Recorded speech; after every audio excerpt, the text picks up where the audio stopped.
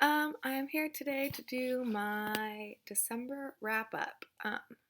Hopefully, oh gosh, sorry, my eye itches all of a sudden. Hopefully I will be able to do my top books of 2016 tomorrow. I completely did not do a top books of 2015, so we'll see. Hopefully I remember to do one for last year. But anyways, I am here to talk about the three things, I should say, the three little tiny things that I read last month.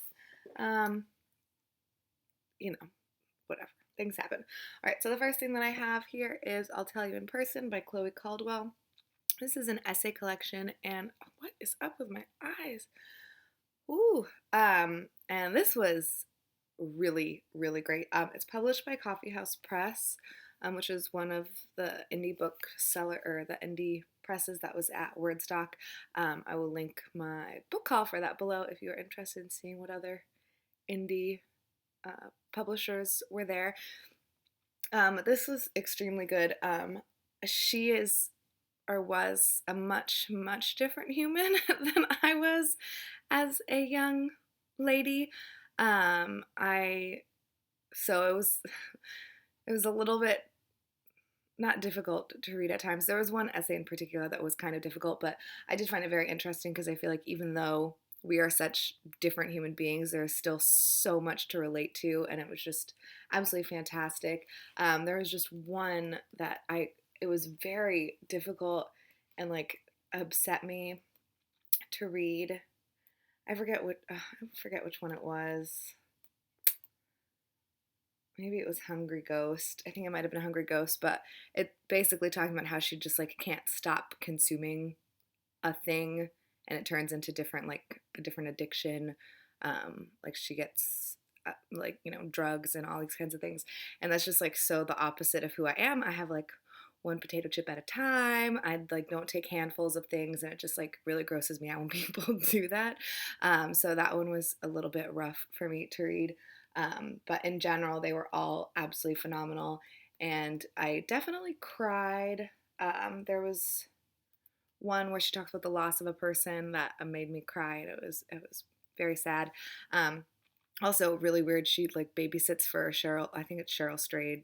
So she talks about Cheryl in one of the essays because she's babysitting her kids, and yeah, it is really, really good. If you're looking for a essay collection to read, I would definitely suggest this. I think I give this 4 out of 5 stars.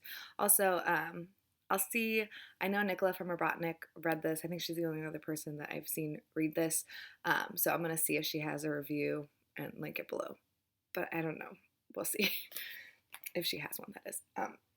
The next thing that I read was Locke Key Volume 3. Excuse me, this is by Joe Hill and Gabrielle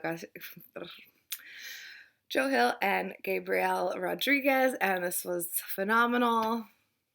I can't really talk about it much other than it continues to be great and dark and upsetting, and I'm very, very excited to see what happens next. I have already read the 4th one this month. Boop, boop. I have more to say about that one than I do about this one. This one's just still very, very good. I think I gave this one 5 out of 5 stars. I forget. It's already been too long.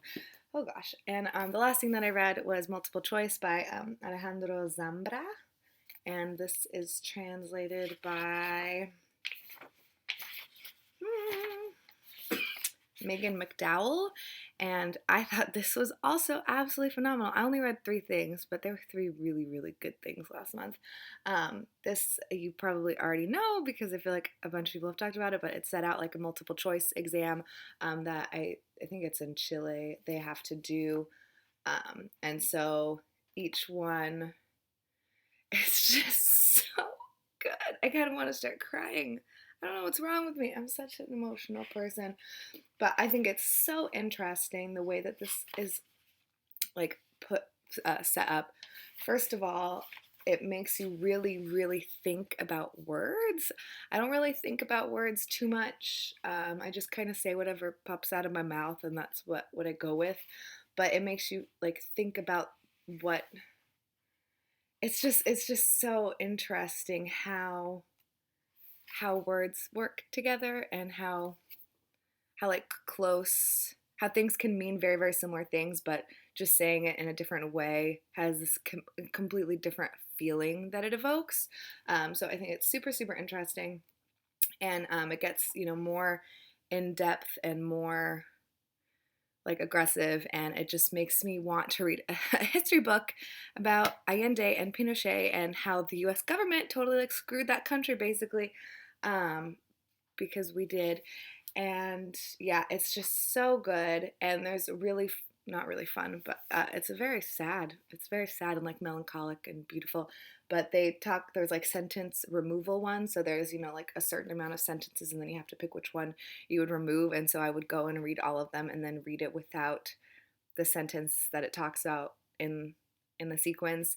And yeah, it was so good, definitely worthy of multiple rereads, and definitely makes me very curious about this aspect of history that I know a little bit about but don't know too much about. So I'm very excited to find some kind of history book about that. If you have read a history book about that, let me know, because that would be cool. Okay, those are all the things that I read last month, and I gave that 4 out of 5 stars. Did I say that already? I don't know. Yeah, okay.